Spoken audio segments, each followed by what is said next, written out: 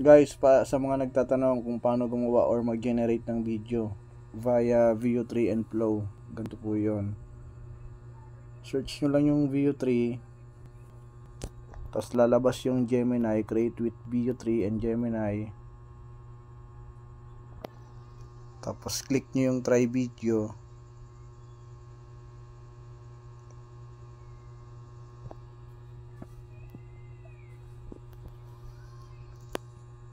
Loading.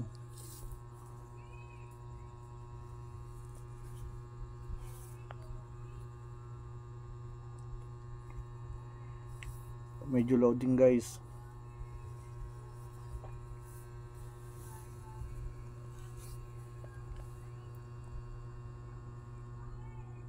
Yan, tapos yung lalabas diyan, parang magsa-sign up po kayo sa sa Google. Parang i-upgrade, may nakalagay diyan upgrade nyo si VU3 para maging Google Pro. Ganito po yung kakalabasan niyan, yan oh. Yung sa akin po dalawa po yung ginagamit ko, yan. Tapos after nyan, pwede na kayo mag-generate ng video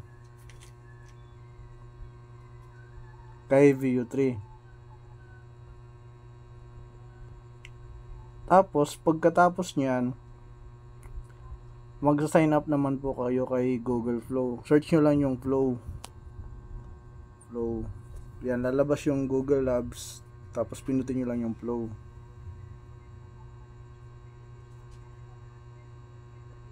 Take note guys pag magsa-sign up muna kayo kay Google VU3 bago kayo mag-sign up kay Flow. Tapos pinutin nyo tong create with Flow.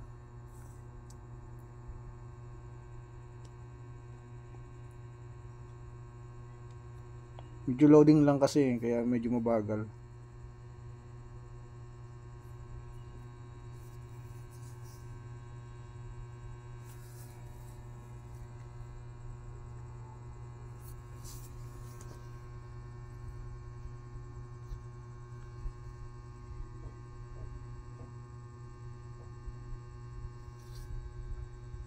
Ito guys, na tutorial ko tuloy-tuloy to, wala tong cut. Tapos yan, get started, mag-get started kayo. Sign in with Google.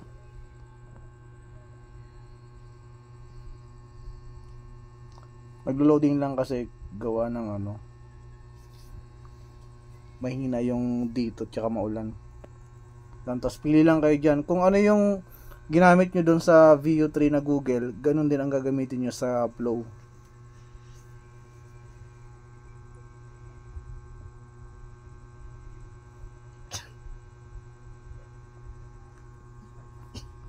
Yan. Tapos pag ganyan yung lumabas, antayin nyo lang yan. Gawa lang naglo-loading pa yan. Ang daming gumagamit ng Flow, kaya nagkaaganyan. Pero nung una, ilan-ilan pa lang kami gumagamit. Mabilis lang yung buffering yan or loading.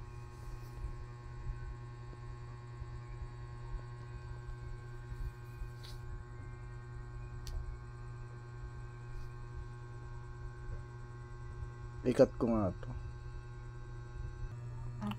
Loading talaga guys. Ikat ko na lang to. Madali lang naman mag-sign in kay sign up kay Flow. Parang ganun lang din sa VU3.